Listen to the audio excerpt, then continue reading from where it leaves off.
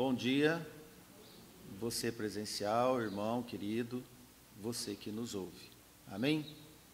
Retornamos depois de 2 semanas, fomos à igreja de Bauru, depois passamos para a igreja de Sud, na comemoração dos 58 anos de organização, e agora nós estamos de volta à igreja aqui em Pereira Barreto.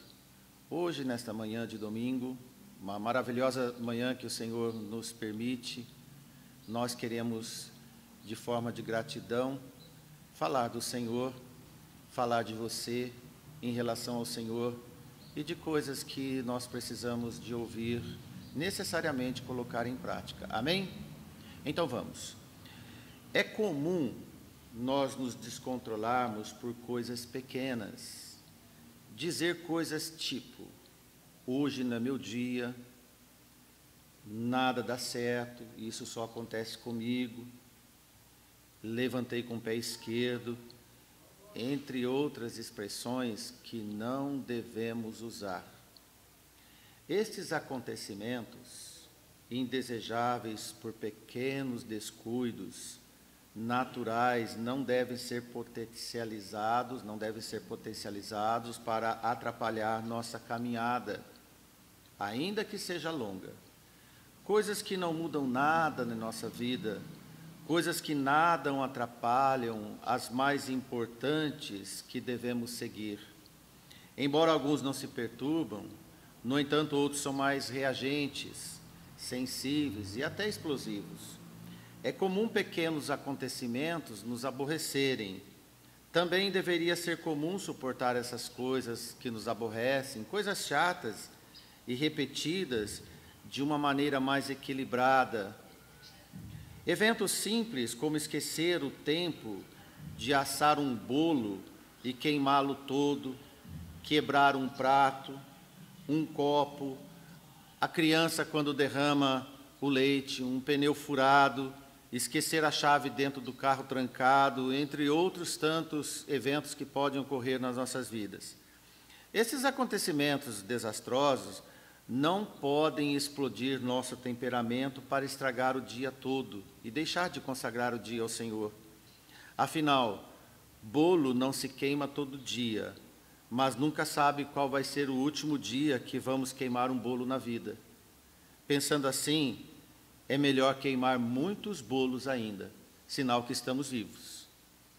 Parece que enquanto queimamos bolos, tropeçamos na quina da cama, derramamos leite, quebramos um copo, entre outros pequenos acidentes, domésticos ou não domésticos, nos faz lembrar o quanto somos fracos e impotentes, falhos e limitados, mas ainda vivos. Certas coisas desagradáveis são necessárias para não dar espaço à natureza soberba e também passarmos a tolerar mais o próximo, que nós nos consideramos fracos. Na verdade, somos todos imperfeitos, de pequenas ou grandes montas. Paulo diz: se convém gloriar-me, gloriar-me-ei no que diz respeito à minha fraqueza. Há uma inversão do que Paulo ensina e do que muitas vezes a natureza humana quer fazer. Isso em 2 Coríntios 11:30.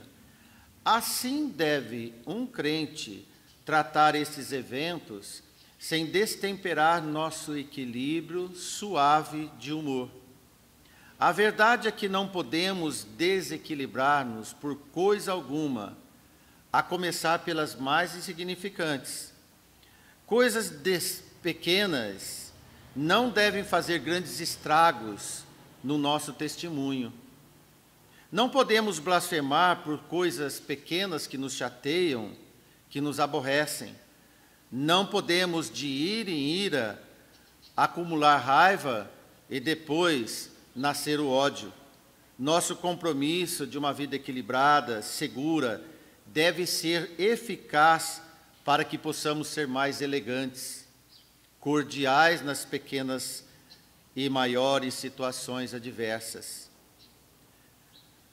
Paulo diz à igreja de Filipos: seja a vossa equidade notória, perto está o Senhor. 4:5. Seja a vossa equidade notória a todos os homens, perto está o Senhor. Equidade é retidão na maneira de agir e do comportamento retilíneo no dia a dia. Retilíneo é, você não se move fácil por coisas pequenas ou grandes. Você sempre tem uma postura equilibrada, passivo, ponderado e sóbrio.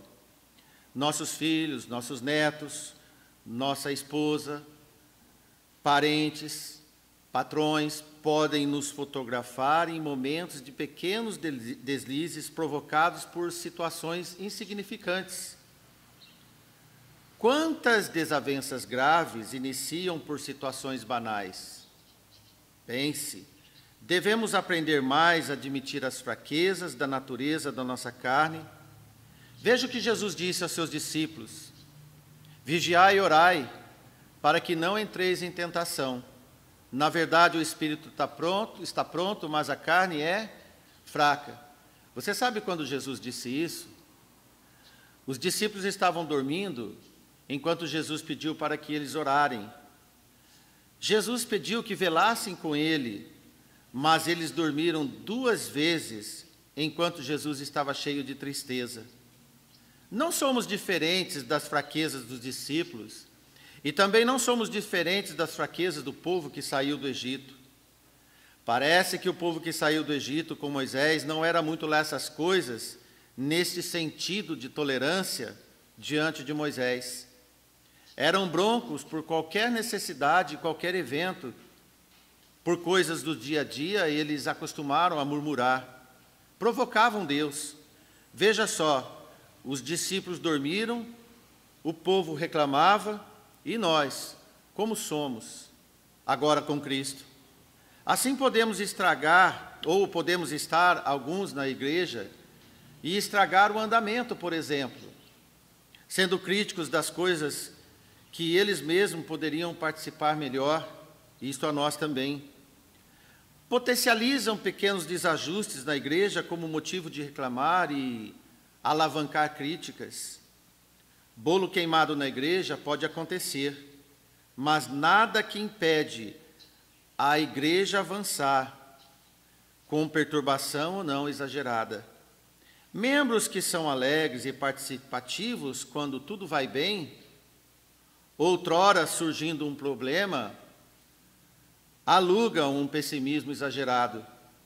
Depois da alegria de atravessar o mar de água salgada, veio a falta d'água e a sede daquele povo que nós comentamos.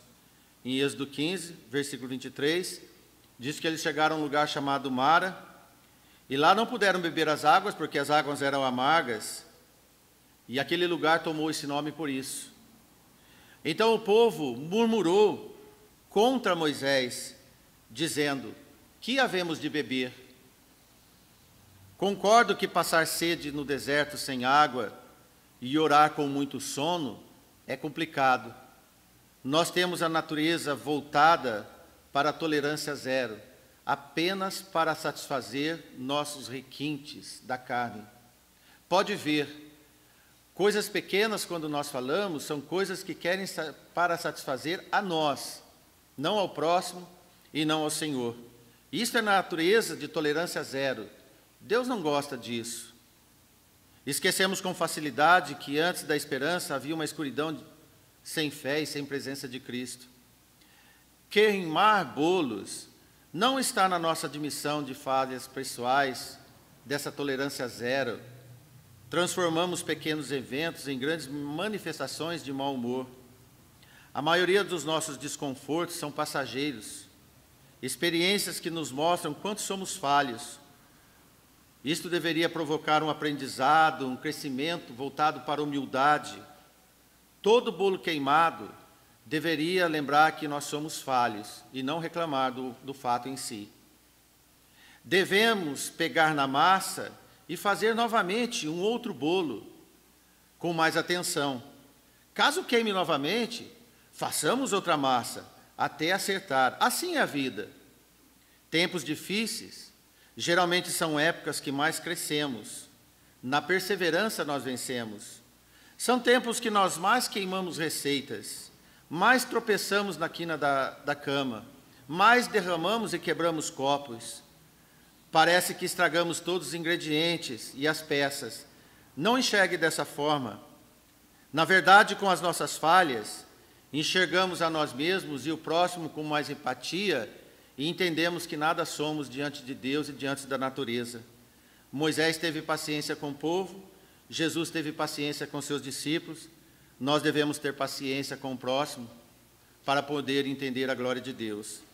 No deserto caminha-se dia e noite, sol intenso durante o dia e frio intenso durante a noite. Naturalmente, muitos eventos indesejáveis ocorrem. Se ainda andamos no deserto, é sinal que a sede ainda não nos matou. Se queimamos receitas, é sinal que estamos vivos.